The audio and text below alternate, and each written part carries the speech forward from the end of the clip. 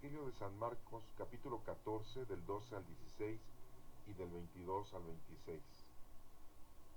Esto es mi cuerpo, esta es mi sangre. El primer día de la fiesta de los panes ácimos, cuando se sacrificaba el cordero pascual, le preguntaron a Jesús sus discípulos, ¿de dónde quieres que vayamos a prepararte la cena de la Pascua? Él les dijo a dos de ellos, vayan a la ciudad, encontrará un hombre que lleva un cántaro de agua, sígalo y díganle al dueño de la casa en donde entre, el maestro manda preguntar, ¿dónde está la habitación en que voy a comer la Pascua con mis discípulos? Él les enseñará una sala en el segundo piso, arreglada con divanes. Preparemos allí la cena. Los discípulos se fueron, llegaron a la ciudad, encontraron lo que Jesús les había dicho y prepararon la cena de Pascua. Mientras cenaban, Jesús tomó un pan, pronunció la bendición, lo partió y se lo dio a los discípulos diciendo, tomen esto, es mi cuerpo. Y tomando en sus manos una copa de vino, pronunció la acción de gracias, se la dio a todos, bebieron y les dijo, esta es mi sangre, sangre de la alianza, que se derrama por todos. Yo les aseguro que no volveré a beber del fruto de la vid hasta el día en que bebe el vino nuevo en el reino de Dios. Después de cantar el himno, salieron hacia el monte de los olivos. Esta es palabra de Dios. Honor y gloria a ti, Señor Jesús. La primera lectura es del libro del Éxodo, capítulo 24, del 3 al 8. Esta es la sangre de la alianza que el Señor ha hecho con ustedes.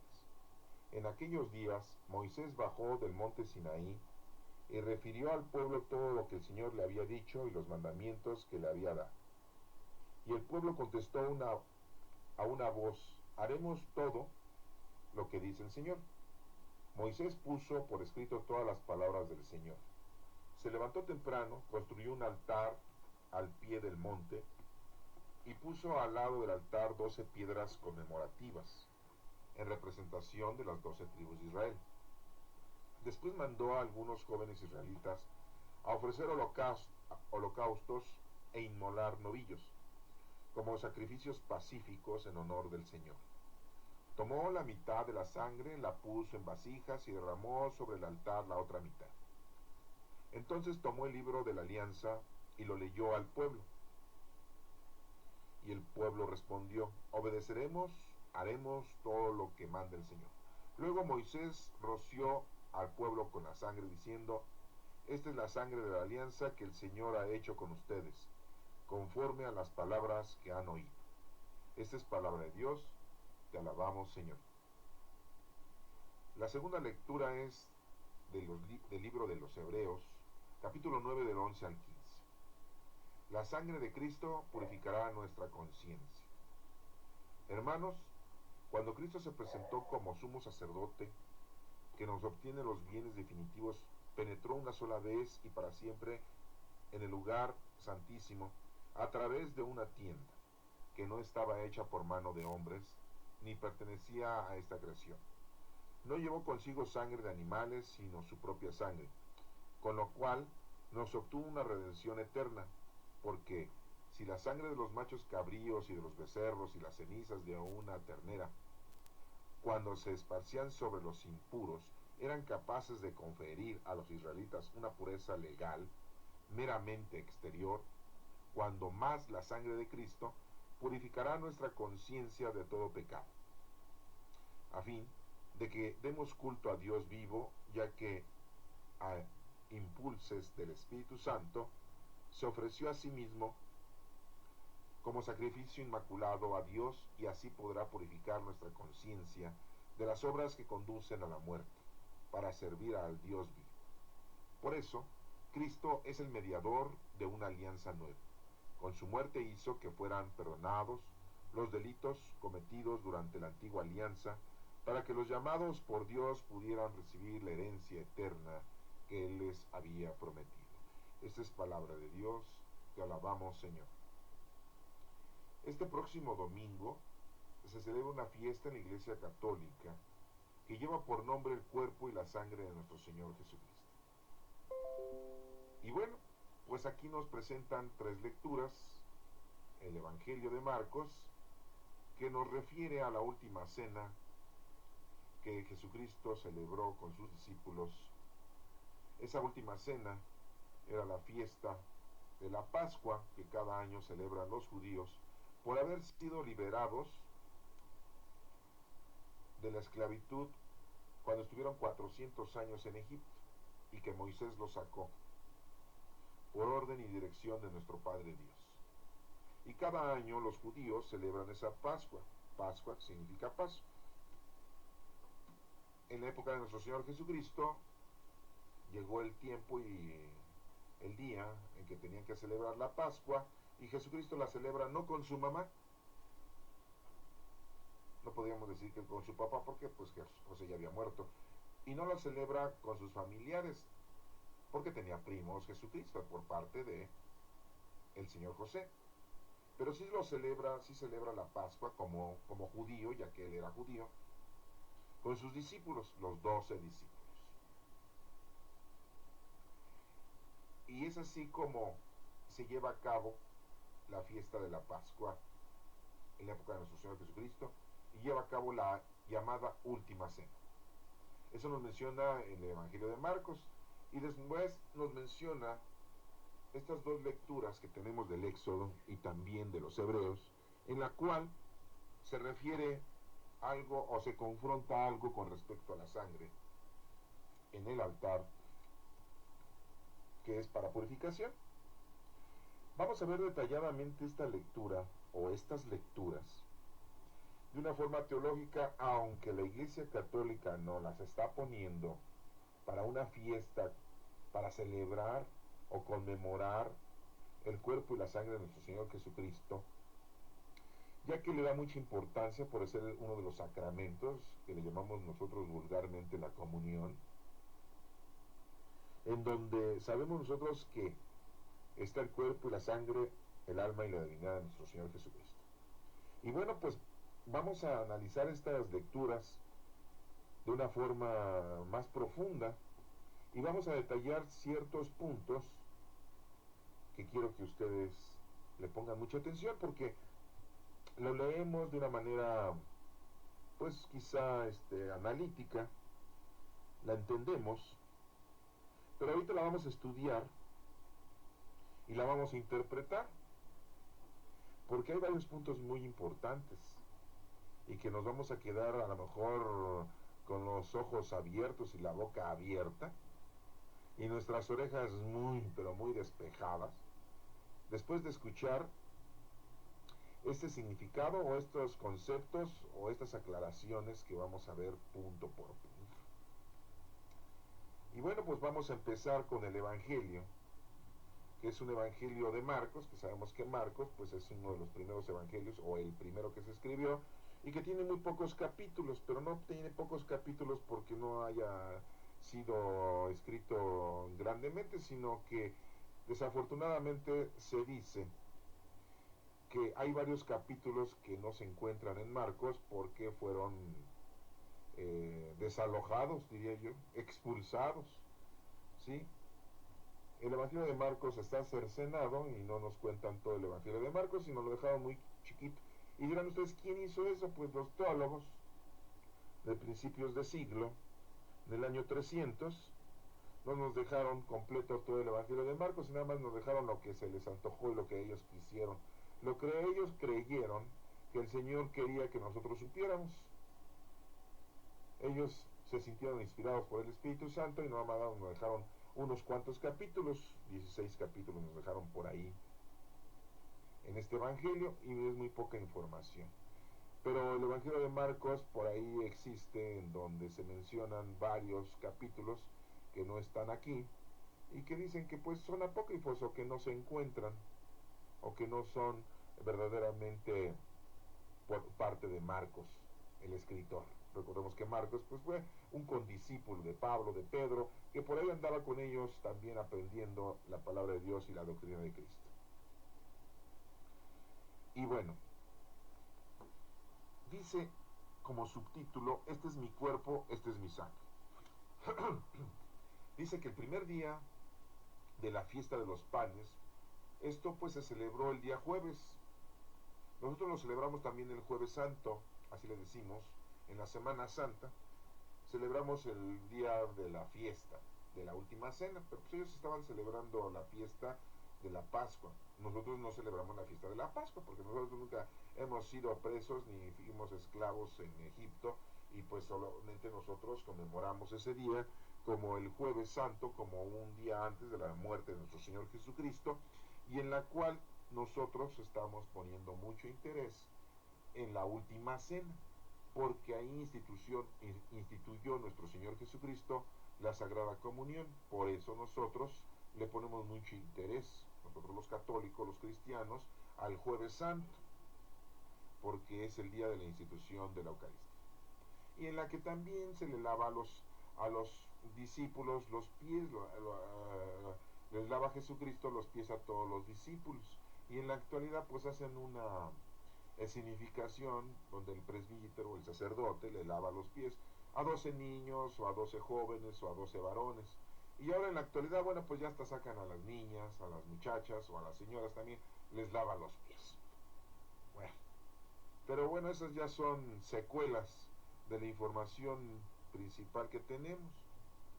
En la Iglesia Católica pues no celebramos la Pascua, celebramos la fiesta de la institución eucarística o la última cena.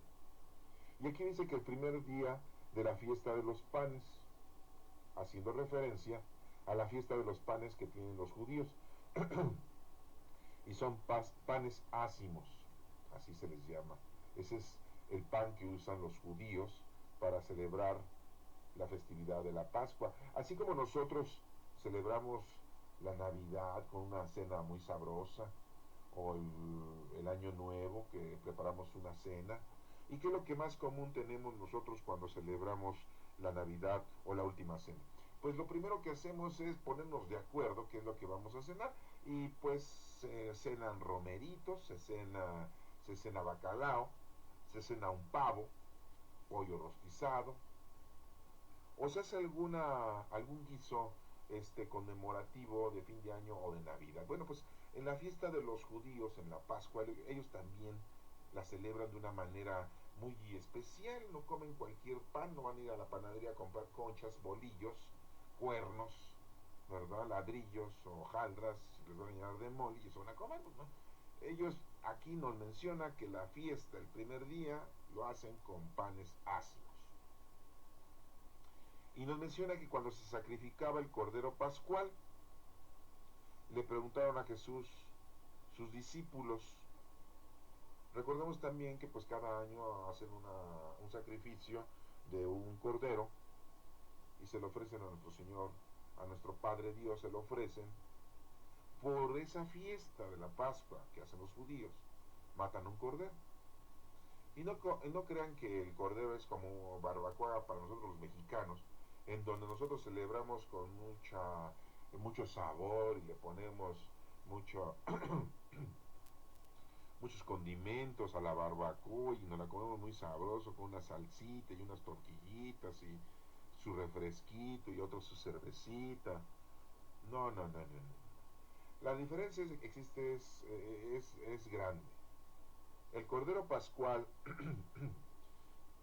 que sacrifican ellos lo hacen diferente, no lo hacen como nosotros, lo hacen. ¿Sí? Pero bueno, no vamos a hablar de cómo cocinan el Cordero Pascual los judíos para celebrar cada año la fiesta de la Pascua, de cuando fueron liberados de la esclavitud en Egipto. No vamos a hablar de cómo se cocina, ¿no? Porque no es una clase de chefs, ni de cocina, ni de arte culinario en este momento. Solamente estoy haciendo esa referencia para que se den cuenta que no es lo mismo, un cordero cocinado de una manera y asado de otra manera. Bueno, aquí nos menciona que los discípulos le preguntan a Jesucristo. No nos menciona cuáles discípulos, ni tampoco nos menciona que los 12 discípulos al mismo tiempo en coro le dicen a Jesucristo: ¿dónde quieres que vayamos a prepararte la cena de Pascua? Pues porque eran judíos, pues tenían que preparar la cena de Pascua. Y como se los dije de un inicio, nuestro Señor Jesucristo no iba a celebrar la fiesta de la Pascua con María, con su madre. Ya con su padre no, porque ya había muerto José. ni tampoco con sus primos. Recordemos que por ahí algunos de los discípulos pues eran sus primos de nuestro Señor Jesucristo. Era Judas Tadeo y Santiago el Menor, eran primos por parte de José, de San José, que así le decimos. Y también Tomás, otro de sus primos, ¿no? El Dídimo, el gemelo, ¿se acuerdan de eso? Bueno, pues también era su primo de nuestro Señor Jesucristo. Y pues por ahí otros primos que también andaban como discípulos, pero no de los 12, que también andaban acompañando a nuestro Señor Jesucristo, algunos primos y primas. Y bueno, entre ellos se dicen hermanos.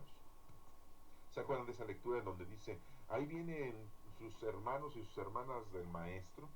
Bueno, se les está diciendo porque son hermanos y hermanos de sangre, de la misma tribu, de la misma familia, sus medios hermanos, hijos de José, sus primeros hijos de José.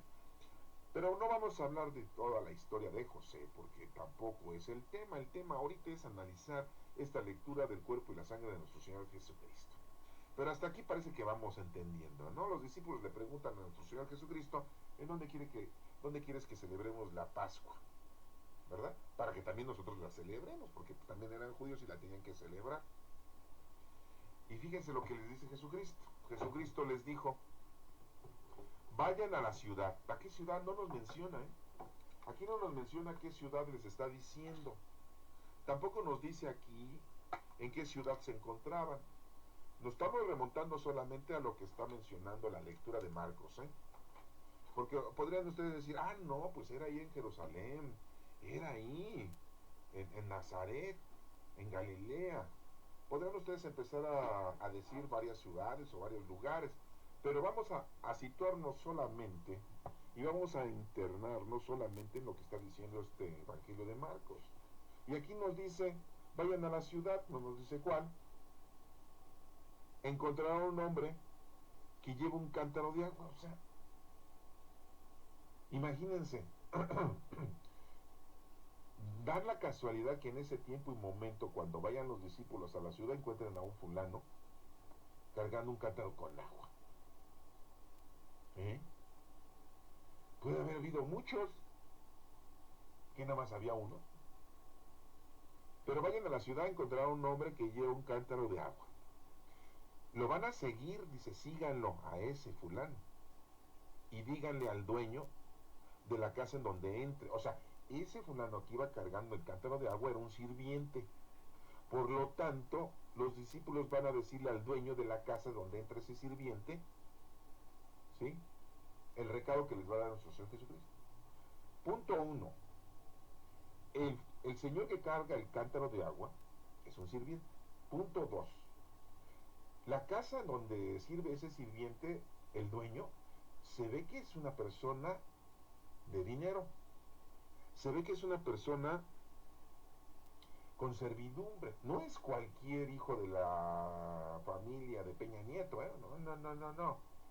O sea, es una personalidad ese señor. Y da la casualidad que los manda nuestro Señor Jesucristo, el Maestro. Y les dice, van a encontrar, pues que todo el día andaba acarreando agua, en la mañana, tarde y noche, muchas veces, que dio la casualidad que cuando van los discípulos sí lo ven y lo encuentran. ¡Órale! Eso sí está como medio difícil, ¿eh? No imposible, pero sí medio difícil. Bueno, y nos sigue diciendo, hasta aquí vamos bien, ¿eh? No lo hemos analizado todavía de una forma teológica, solamente les estoy reiterando cómo está explicándose este evangelio y de qué forma y de qué manera. El maestro les dice, el maestro manda al dueño de la casa, el maestro manda preguntar, y le hacen la pregunta al dueño de la casa, ¿dónde está la habitación que voy a comer la Pascua con mis discípulos?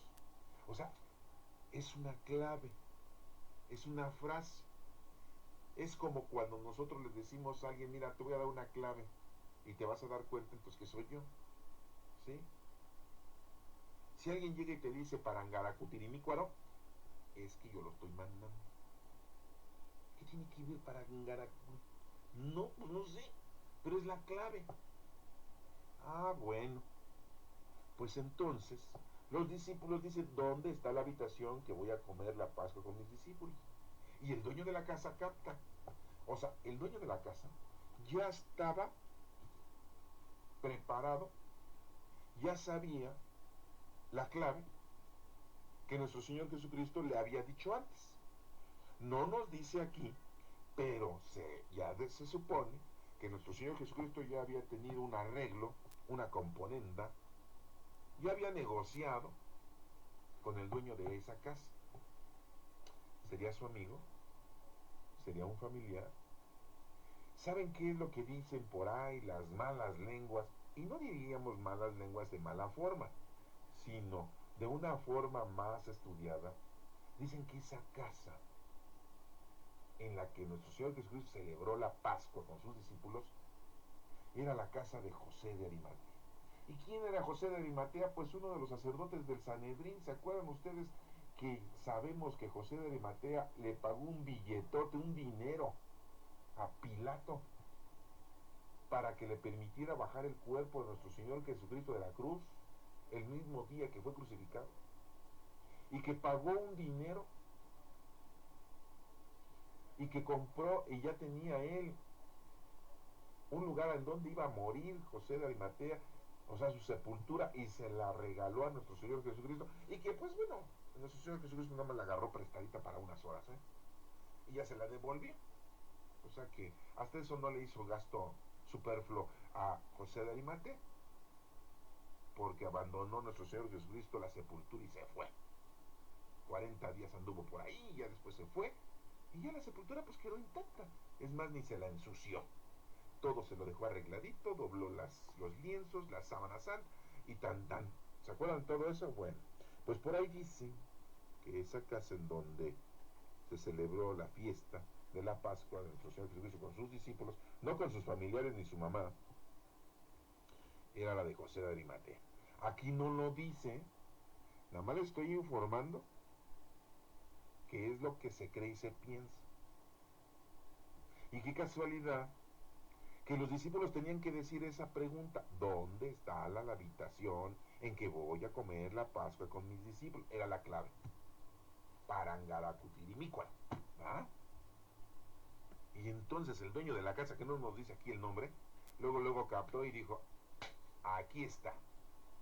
El maestro está mandando a estos chavos.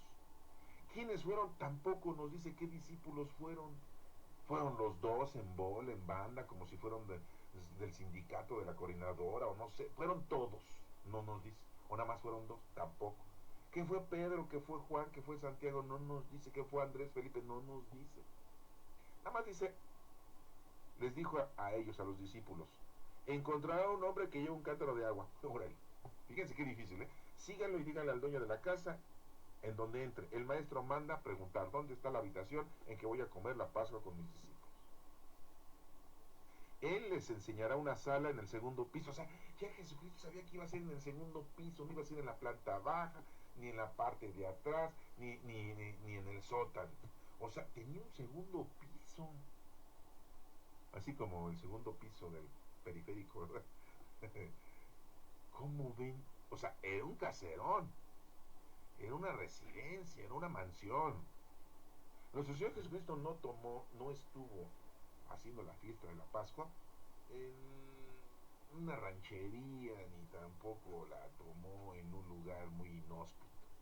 Era una fiesta, era un lugar muy importante. Se iba a celebrar la cena, sí, de la Pascua, la última de nuestro Señor Jesucristo a la edad de sus 33 años. Pero eso no era lo importante es que iba a celebrar la Sagrada Eucaristía. Iba a instituir la comunión y tenía que ser un lugar súper, súper, súper importante. Y bueno, pues nos menciona aquí, les enseñará una sala en el segundo piso, arreglada con divanes. O sea, ya todo preparado, la mesa, las sillas o los sillones en donde iban a sentarse todos. Ese señor, de ese dueño de esa casa, pues ya sabía cuáles iban a ser los invitados, los 12 discípulos y el maestro. ¿Hasta aquí vamos bien? Creo que sí, ¿verdad? Todavía no analizamos esto teológicamente, ¿eh? Lo estamos analizando de una manera nada más doctrinal, para que lo vayan ustedes entendiendo y equiparando, y ahorita vemos todo lo teológico. Preparemos allí la cena, le dice Jesucristo a los discípulos. Los discípulos se fueron, llegaron a la ciudad, encontraron lo que Jesús les había dicho y prepararon la cena de la Pascua. O sea, ¿quién nos quiere dar a entender? Que sí encontraron al fulano cargando el cántaro con agua. Y sí lo siguieron, qué casualidad, ¿no? Y llegaron a la casa y encontraron al dueño y le dejaron al dueño, el dueño le dieron la frase clave y él les mostró el lugar, así como está. Esa es la primera parte de esta lectura. Y vean cómo entonces dice la segunda parte. Mientras cenaban, Jesús tomó un pan, no dijo panes, tomó un solo pan, pronunció la bendición. ¿Cuál bendición? No nos dice cuál, no nos dice que pronunció la bendición. Lo partió, no nos dice que lo haya partido nada más a la mitad, como comúnmente lo vemos en las películas. Pudo haberlo partido en varios pedazos, a lo mejor en dos, porque eran 12 los discípulos. Y se lo dio a sus discípulos. O sea, si parte el pan, no era un pan chiquito, no iba a ser un panecito de esos chiquitos que ahora venden en las panaderías, caros, y los venden chiquitos. ¿Dónde deberían hacer las conchas, los panes del mismo tamaño y venderlos al precio que debe de ser? Ah, no, los quieren dar baratos, pero muy chiquitos. Si antes tú te comías una concha, ahora te tienes que comer 5, porque las conchas están re chiquitas. Pero bueno, no vamos a hablar de comida, ¿verdad? Si no nos va a dar hambre. ¿Ah? Dice, un pan grande. Lo partió con 12, porque dice ahí que se lo dio a sus discípulos. ¿Cuántos eran? 12 discípulos. No nos dice cuántos discípulos, pero ya nosotros sabemos que eran 12 discípulos. Y les dice, tomen esto, es mi cuerpo. ¿Qué?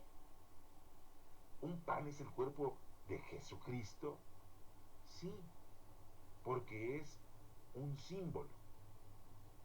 Y tomando en sus manos una copa de vino, no vaso, ni jarra, ni jícara, ni botella, no. Y tomando en sus manos una copa de vino, ¿de qué vino sería? Pues de uva, de la vid. Pronunció la acción de gracias. Tampoco nos dice qué acción de gracias, pero pues nada más ha de decir gracias, Padre mío, nada más. Se la dio, todos bebieron, todos. O sea, todos comieron el pan y todos bebieron el vino. Y les dijo, o sea, no les pasó la jarra, sírvanse en cada uno de sus vasos, y no, de la misma copa tomaron todos los discípulos. Y el pan, ¿sí? Se los partió a todos. No les dijo, toma un pedazo y pásale un pedazo, y agarras un pedazo y se lo pasas a los demás. Y agarró el segundo discípulo, agarró otro pedazo de pan y se lo... No. No estamos diciendo eso sale en las películas. Imagínense, el primer discípulo que tomó, pues a todo dar, ¿no? Pero el último discípulo que tomó, pues ya estaba bien babiado a la copa. Pero tampoco estamos hablando de eso. Pero quiero analizar todos estos puntos, porque si no, no lo vamos a entender teológicamente. Nos vamos a quedar por ahí todavía con ciertas dudas. Por eso lo estamos viendo así, ¿eh? No crean que soy muy exagerado, pero es que si no, no vamos a entender teológicamente lo que vamos al ratito explicar. Y todos bebieron y les dijo, esta es mi sangre, sangre de la alianza. Órale. Sí, porque ya era la nueva alianza. Nuestro Señor Jesucristo llega al mundo y la nueva alianza es Él. Él es el Cordero que derramó su sangre en la cruz. ¿Sí? Así como mataban los corderos los hebreos en sacrificio, así nuestro Señor Jesucristo se ofreció como Cordero para salvación de nosotros, de la humanidad. Esta es mi sangre, sangre de la alianza. Un símbolo. El vino se convierte en sangre. No es que se haya convertido en sangre, no voy a decir que los discípulos empezaron a tomar el vino y sabía como a sangre.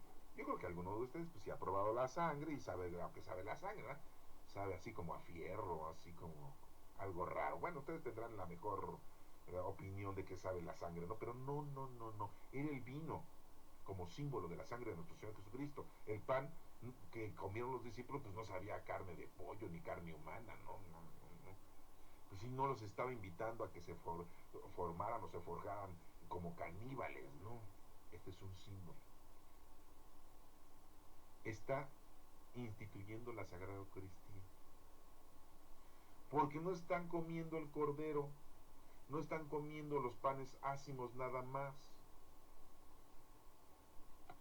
Están ellos recibiendo la institución eucarística por primera vez, la comunión. ¿Quién comulgó? Los discípulos. Y estaban los 12. ¿Por qué entonces dicen que Judas Iscariote se salió y ya no comulgó? Aquí no dice que se haya ido Judas Iscariote. Haz lo que tienes que hacer y ya se fue. Judas ya no cenó, ya no vivió la Eucaristía. Aquí no lo dice Marcos. ¿Se dan cuenta de ese punto? Esta es mi sangre, sangre de la alianza, que se derrama por todos. Sí, Jesucristo derramó su sangre para todos nuestra salvación. Yo les aseguro que no volveré a beber del fruto de la vid. Sí, no va a volver a beber. Porque ya se iba a morir, al otro día ya le iban a dar matarine ahí, ¿no? El jueves santo, la última cena, pues fue a esa hora, ¿verdad? En la noche, al anochecer, ¿sí? Y al anochecer del jueves, pues ya es la noche del viernes. Acuérdense que para los judíos es primero la noche y después el día.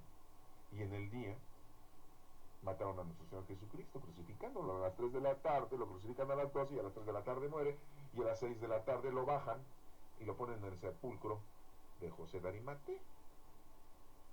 Ya existía la corrupción, siempre ha existido, ¿eh? Le dieron una lana a Pilatos y él permitió bajar el cuerpo. Y José de Arimatea regaló su sepultura para que nos pusieran a nuestro Señor Jesucristo. Y también aquí se supone que también es la casa de José de Arimatea, es una persona de dinero. El Sanedrín, los sacerdotes de dinero, es muy raro, ¿no? En la actualidad no creo que los sacerdotes tengan dinero, ¿no? Qué barbaridad, tienen más dinero. Y no nomás los sacerdotes de la Iglesia Católica, de todas las iglesias, ¿sí? Todos tienen un resto de dinero y todos se sirven con el disco, ¿verdad? El dinero más amplio. Presbíteros, pastores, guías, todos tienen dinero, ¿sí? Todos viven en la opulencia. Y José de Arimatea tenía dinero. Era gente de respeto, era un maestro de la ley, era uno del Sanedrín. Yo les aseguro que no volverá a beber del fruto de la vid. Pues sí, al otro día le iban a dar cranque. Hasta el día en que beba el vino nuevo en el reino de Dios. Porque ese es el vino verdadero, el de la vida, el del reino de Dios. Pues sí, porque el otro día nuestro Señor Jesucristo pues ya iba a irse a presentar al Señor. ¿Se acuerdan que cuando resucitó nuestro Señor Jesucristo hay una lectura en donde nos menciona: no me toquen mujer, no me toques mujer, porque todavía no voy al Padre? Acababa de resucitar y pues ya se tenía que ir allá a hacer presencia, como se podría decir, ante nuestro Padre Dios. Aunque sabemos que nuestro Señor Jesucristo es Dios. Pero se tenía que llevar a cabo la manifestación exacta de la pureza del cuerpo de nuestro Señor Jesucristo. Después de cantar el himno, nos dice la lectura, después de cantar el himno, ¿cuál himno? ¿Cuál himno? ¿El himno nacional mexicano? Pues no. ¿El himno de los judíos? Pues tampoco. ¿Cuál himno? Pues sí, porque se cantan himnos. Y los himnos son los salmos. Tenemos 150 salmos. Y tenemos himnos. El himno de vísperas, el himno de laudes. Tenemos himnos. ¿Alguno de cuál? No nos dice cuál. Pero bueno, pues los judíos han de decir, bueno, que el que cantó el himno, el de completas, el himno de vísperas, porque ya en la tarde noche, o algún salmo, podrán decir ellos, según la costumbre que tienen los judíos de llevar a cabo algún himno y cántico. Bueno, salieron hacia el monte de los olivos. Pues sí, en el lugar, ¿se acuerdan que después de que cenaron se fueron al monte de los olivos y ahí fue la aprehensión, que llegó Judas Iscariote con los soldados del Sanedrín y lo aprendieron? Oigan, si José de Arimatea sabía todo el rollo porque pertenecía al Sanedrín, ¿ustedes creen que no le pudo haber dicho a nuestro Señor Jesucristo todas las ideas y los planes que tenía el Sanedrín en contra de él? Pues sí. Pero todas esas cosas nosotros lo pasamos por alto y como que no le ponemos atención. Vivimos la historia de nuestro Señor Jesucristo como nos la proporciona la iglesia o como nos la proporciona aquel que cuenta la historia nada más. Bueno, hasta aquí acaba la lectura de Marcos. Sí, ya la entendimos más o menos. Ya la leímos, ya la entendimos, medio la estudiamos, la vamos a interpretar teológicamente y ahí les va. El primer día de la fiesta de los panes ácimos, porque son varios días y el primero es el número 1, y el primero quiere decir primero Dios, amar a Dios sobre todas las cosas. Cuando se sacrificaba el Cordero Pascual, el nuevo Cordero Pascual es nuestro Señor Jesucristo, porque nos está haciendo el paso del pecado a la vida eterna. Al morir nuestro Señor Jesucristo, somos hijos y herederos de la gloria. Recibimos la gracia santificante que nos hace hijos y herederos de la gloria. Le preguntan a Jesús los discípulos, como siempre andamos de preguntones, así también le preguntaron los discípulos, y todos los que estamos aquí estudiando, pues nos volvemos discípulos porque estamos aprendiendo. Y siempre le andamos haciendo preguntas al Señor. Y aquí dice, ¿dónde quieres que vayamos a prepararte la cena de la Pascua, Señor? ¿Cómo quieres que me porte yo? ¿Qué es lo que quieres que yo haga en la vida, verdad? Para esa Pascua, que ese paso de mi vida a la vida eterna. ¿Qué es lo que quieres que yo haga? ¿Y qué nos dice el Señor? Él ya sabe todo, ya lo tiene todo planeado como lo tiene planeado en esta lectura. ¿Qué nos dice el Señor? Dice, les dijo a ellos, o sea, nos dice a nosotros, vayan a la ciudad, encontrar un hombre que lleve un cántaro de agua. Es muy importante el agua porque con el agua te vas a purificar. Ese hombre que lleve el agua en su vida, ese hombre que cargue el agua en ese cántaro, que sí procura el agua porque el agua es símbolo de la vida, de la salud, de la pureza, de la purificación. Ese hombre que se dedica en la vida a eso, pues es el elegido para seguirlo. ¿Quién es el que iba a dar el agua de vida eterna? Cristo le dijo a la mujer. ¿Se acuerdan a la samaritana? Yo te daré agua de vida eterna. Y le dijo a la mujer, pero si tú no traes ni cántaro, ¿cómo vas a sacar agua del pozo?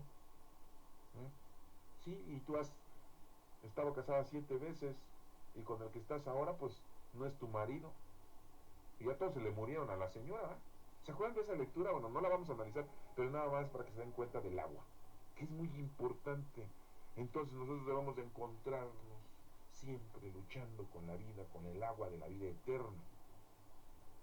Nos dice, díganle al dueño de la casa en donde entre, ¿sí? Al dueño de la casa, nuestro Padre Dios es el dueño de nuestra casa. Nuestro Padre, nuestro Santo Padre, es el dueño de todos nosotros. El maestro manda preguntar dónde está la habitación que voy a comer la Pascua con mis discípulos. Nosotros somos templos vivos del Espíritu Santo. Ahí es en donde nuestro Señor Jesucristo y el Espíritu Santo habita en nosotros, en nuestras vidas, en nuestros cuerpos. Esa es la habitación en donde nuestro Señor come la Pascua, come de lo que nosotros hagamos de nuestras obras para pasar de lo malo a lo bueno, del pecado a la santidad. Él les enseñará una sala en el segundo piso. ¿Por qué nos menciona un segundo piso? ¿Sí? Es nuestra segunda parte, la segunda alianza. La primera alianza la teníamos con nuestro Padre Dios. La segunda alianza, la nueva alianza es nuestro Señor Jesucristo. Es el segundo piso. La primera alianza es nuestro Padre Dios, Pentateuco, el libro de los profetas, la ley mosaica, todas las leyes de los profetas. Y la nueva alianza, el segundo piso, es nuestro Señor Jesucristo, su doctrina. Esa es la segunda alianza. Es el segundo piso, arreglada con divanes, porque ahí vamos a descansar en la doctrina, en la palabra de nuestro Señor Jesucristo. Él nos dice, yo soy el camino, la verdad y la vida. Preparémonos allí la cena. Sí, día a día nosotros debemos de prepararnos en la cena. Esa fiesta que tenemos dentro de nosotros, de tener felizmente a nuestro Señor Jesucristo, al Espíritu Santo con nosotros. Los discípulos se fueron, llegaron a la ciudad, encontraron lo que Jesús les había dicho y prepararon la cena del Señor. O sea, tenemos que hacer lo que el Señor nos dice, así como los discípulos lo hicieron. Todo está arreglado, todo está en concreto. Ya el Señor tiene el plan bien diseñado de la vida de cada uno de nosotros. Solamente nosotros tenemos que colaborar y hacer lo que nos corresponde, que es nuestro trabajo. Poner en práctica los dones del Espíritu Santo. Ya todo está hecho.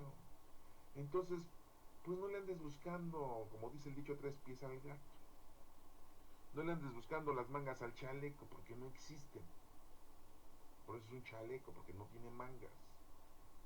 Entonces, tienes que hacer lo que tienes que hacer, ya está todo planeado. ¿Se dan cuenta ustedes que nuestro Señor Jesucristo aquí nos da a entender de que ya todo lo tiene Él preparado? Pues tiene todo preparado para nosotros, y los discípulos fueron y encontraron e hicieron lo que tenían que hacer, porque así el Señor les había dicho. Pues hagamos nosotros en la actualidad lo mismo. Ya todo lo tiene preparado nuestro Señor. Y nos dice aquí, mientras cenaban, Jesús tomó un pan, solamente un pan. Un solo pan. No solo de pan vive el hombre, dice la ley. Los 5 panes y los 2 peces, ¿se acuerdan de eso? Haz tu pan, haz tu obra.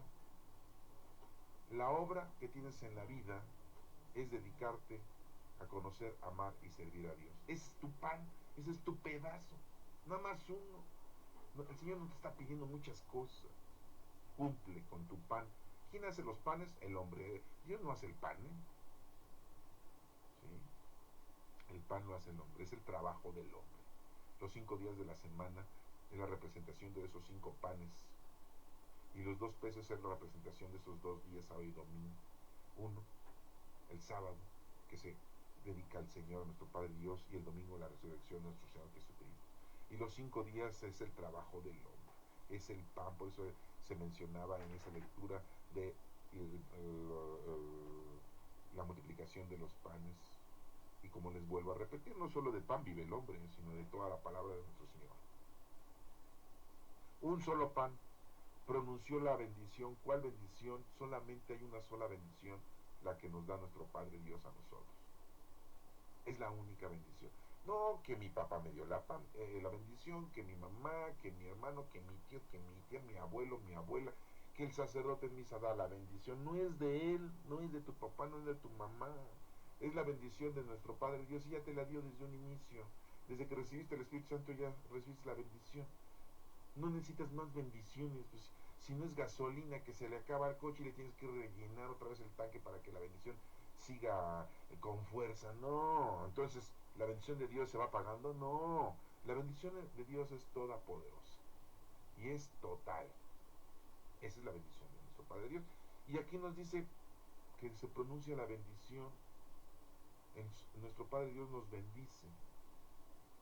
Lo partió y se lo dio a sus discípulos.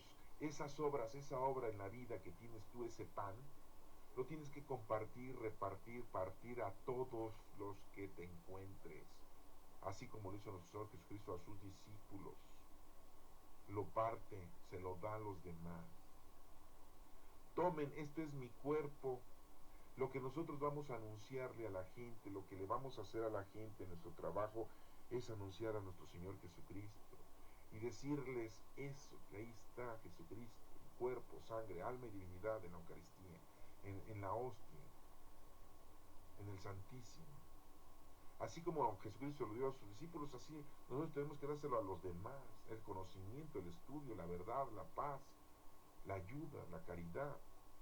Y tomando en sus manos una copa de vino, pronunció la acción de gracias.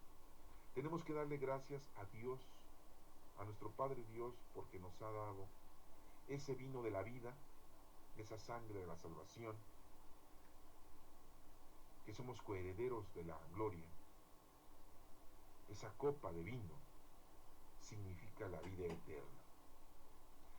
Y también tenemos que regalársela a los demás, al ignorante, al alejado, al pecador, al que no encuentra a Dios.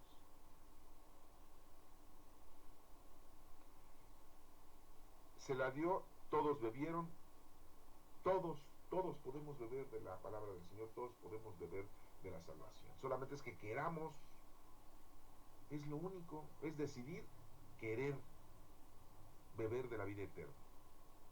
Y nos dice, y les dijo a ellos, y nos dice a nosotros, esta es mi sangre, sangre de la alianza, de la nueva alianza. Hemos hecho una alianza es pues un trato, un contrato con nuestro Señor Jesucristo. Él es el camino, la verdad y la vida. Nadie llega al Padre si no es por medio de Él. Nada más por medio de Él, no por medio de los ángeles, de los santos, de nuestra Santísima Madre, no. El único camino es nuestro Señor Jesucristo, y ahí lo está diciendo, esta es mi sangre, sangre de la alianza, es la nueva alianza, que se derrama por todos, es para todos, pecadores y no pecadores, sí, niños y jóvenes, sí, ancianos y adultos, sí, hombres y mujeres, sí, para todos, mexicanos, chinos, hindúes, árabes, judíos, palestinos, norteamericanos, canadienses, franceses, para todos, también los australianos, también. Yo les aseguro que no volverá a beber de este fruto de la vid. El Señor nos menciona muy claramente que ya su vida le iba a dar y ya no iba a volver a vivir de esa manera. Ahora iba a ser una vida diferente en cuerpo y alma. Cuando resucita nuestro Señor Jesucristo, resucita en cuerpo y alma, no resucita nada más en cuerpo y no resucita nada más en alma. No es un espíritu, nada más. Acuérdense que come con ellos y vive con ellos. Así nos lo dicen otras lecturas. Hasta el día que beba el vino nuevo en el reino de Dios. Pues sí, el reino de Dios es el Espíritu Santo. Y es la vida eterna. Y nos ha demostrado que la vida eterna existe y que la vida eterna está cerca de nosotros. Solamente tenemos que poner a hacer lo que nos corresponde a nosotros, las obras que nos dice el Espíritu Santo con los dones que nos da el Espíritu Santo. Después de todo esto hay que cantar los himnos, hacer las horas litúrgicas. Son 7 horas litúrgicas, no las cantas, no las rezas, no las proclamas, pues hazlas. Esa es la invitación que el Señor te está pidiendo que tú lleves a cabo, a hacer las horas litúrgicas. ¿No sabes cuáles son las horas litúrgicas? Pues pregunta. Son 7.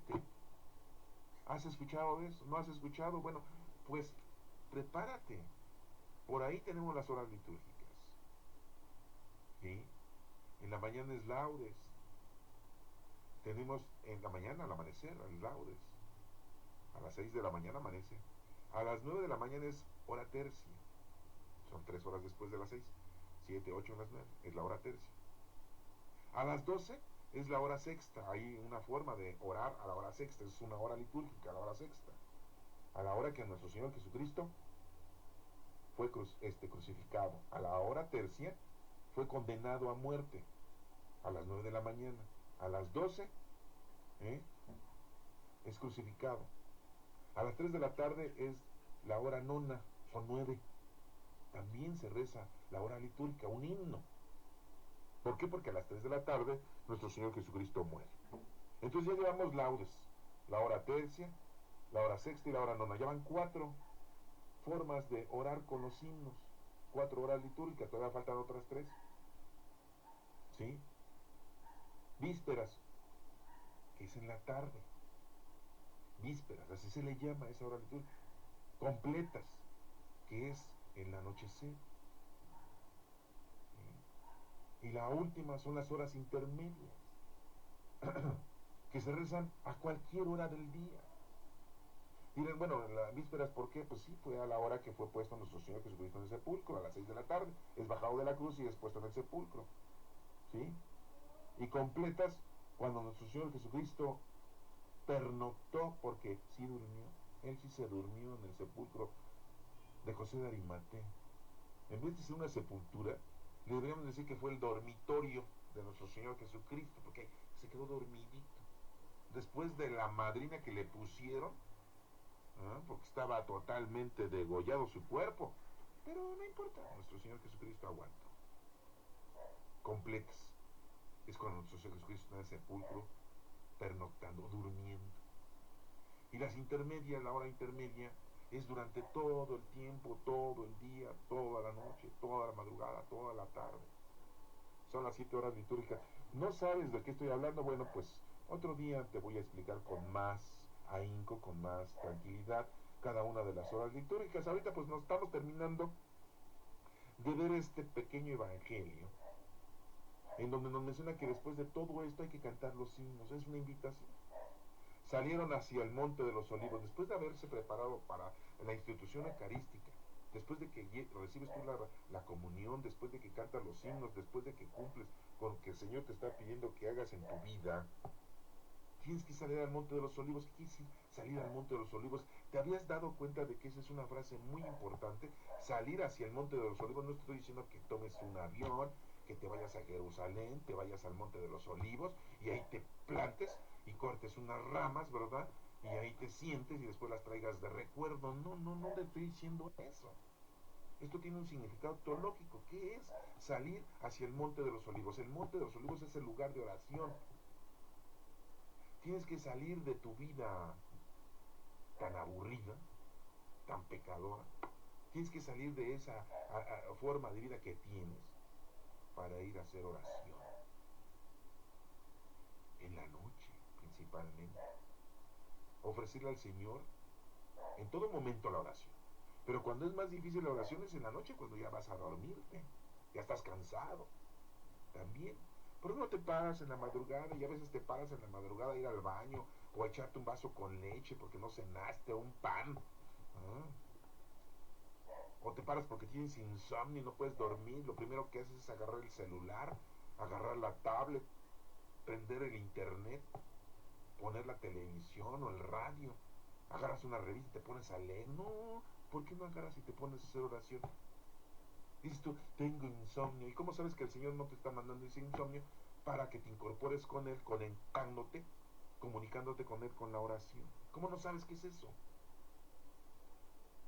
Deberías de darte cuenta que a lo mejor todas esas cosas el Señor ya lo tiene planeado. ¿Y qué es lo primero que haces? Me voy a tomar unas pastillas para dormir. ¿Eh?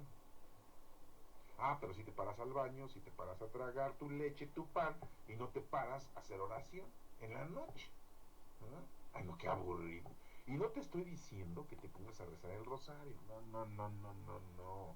Es hacer oración, porque hacer oración es platicar con Dios, es platicar con nuestro Padre, hablar con Él, sincerarte, comunicarle a Él todo lo que haces, lo que no haces, pedirle al Señor que te ayude con los dones del Espíritu Santo a que puedas tú lograr entender a lo que vienes en la vida y cómo puedes resolver todos tus problemas en la vida que tienes.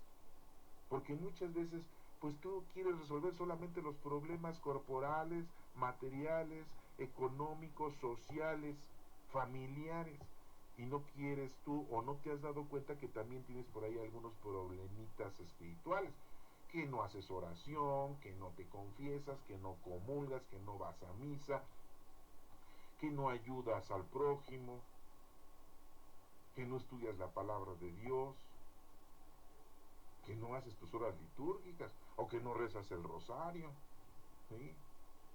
Que no haces meditación, que no haces cánticos alabando a nuestro Padre Dios. Y son muchos problemas que tienes, pero esos no son problemas. Eso no me interesa. A mí me interesa resolver el problema de alcoholismo. Me preocupa el problema de que no tengo dinero, de que no he tenido yo una solución de mis hijos, de que uno de mis hijos ya se me está descarriando, que una de mis hijas ya se va a casar y ya se comprometió y yo no quiero que se case con ese fulano, o etcétera, etcétera, o que mi marido es de lo peor y que tengo problemas con el vecino y queremos solucionar muchos problemas sociales, familiares, corporales, porque tenemos por ahí una enfermedad y que estamos muy preocupados y que ya me dio que la diabetes y que ya traigo cáncer y que ya traigo la loquera y que ya soy esquizofrénico y que ya me salí de mis casillas y que y ya tienes unos problemas muy graves y quieres resolver todos esos problemas, ¿verdad? Haciendo oración con el Señor. Bueno, pues está bien, de alguna manera le pides al Señor ayuda, pero lo otro es más importante, que no te estás acercando al Señor verdaderamente y correctamente. Ahorita acabamos de leer este evangelio, muy pequeño, del 22 al 26. ¿Cuántos versículos son? 22, 23, 24, 25. Son 5 versículos de este capítulo 16. Digo, de este capítulo 14.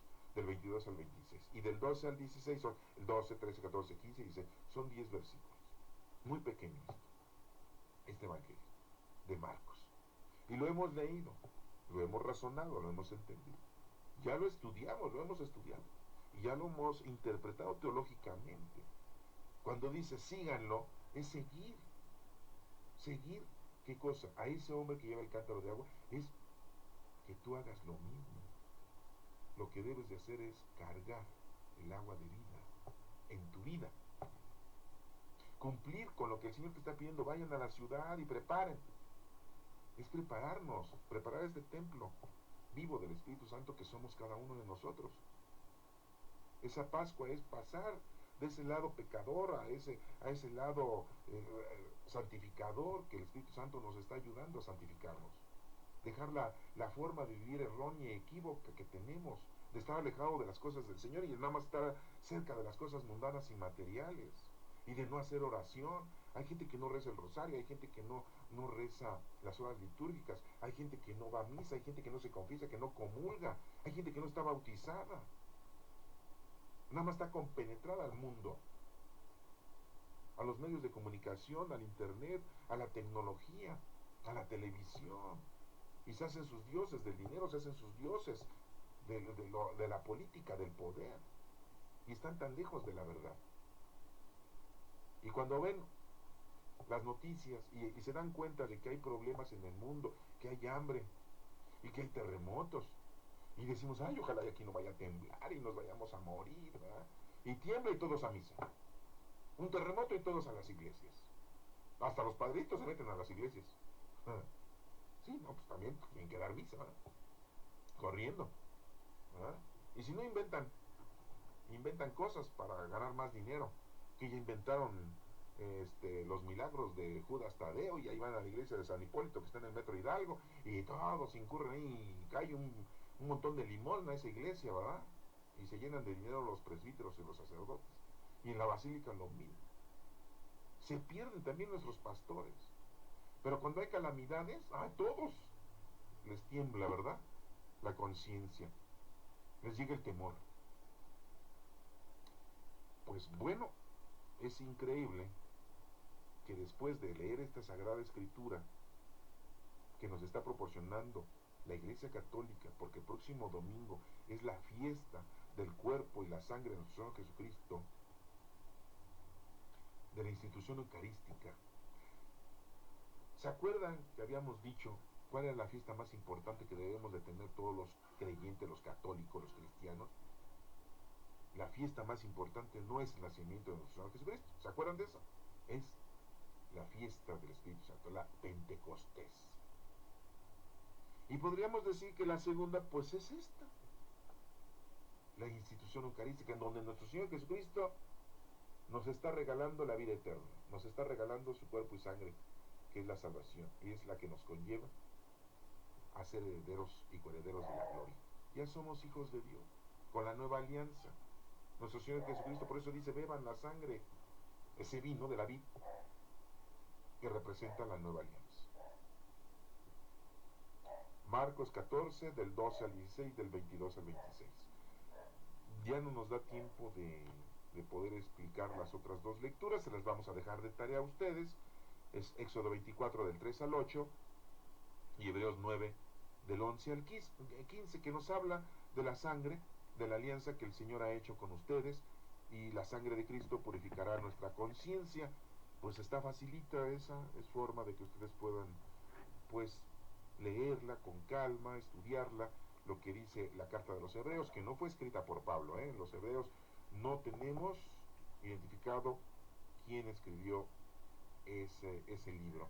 Pero el Éxodo sí, sabemos que pues es el segundo libro de la Sagrada Escritura, parte del Pentateuco, de los primeros 5 libros, y nos dice en la época de Moisés, en el monte Sinaí, que le da al pueblo lo que el Señor, nuestro Padre Dios, le había dicho, que eran los mandamientos.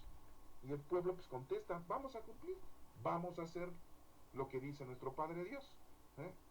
Y por escrito, todas esas palabras del Señor, Moisés las pone, ¿sí? Y construye un altar, ahí nos dice, lean, estudien, y dense cuenta que también está hablando de la sangre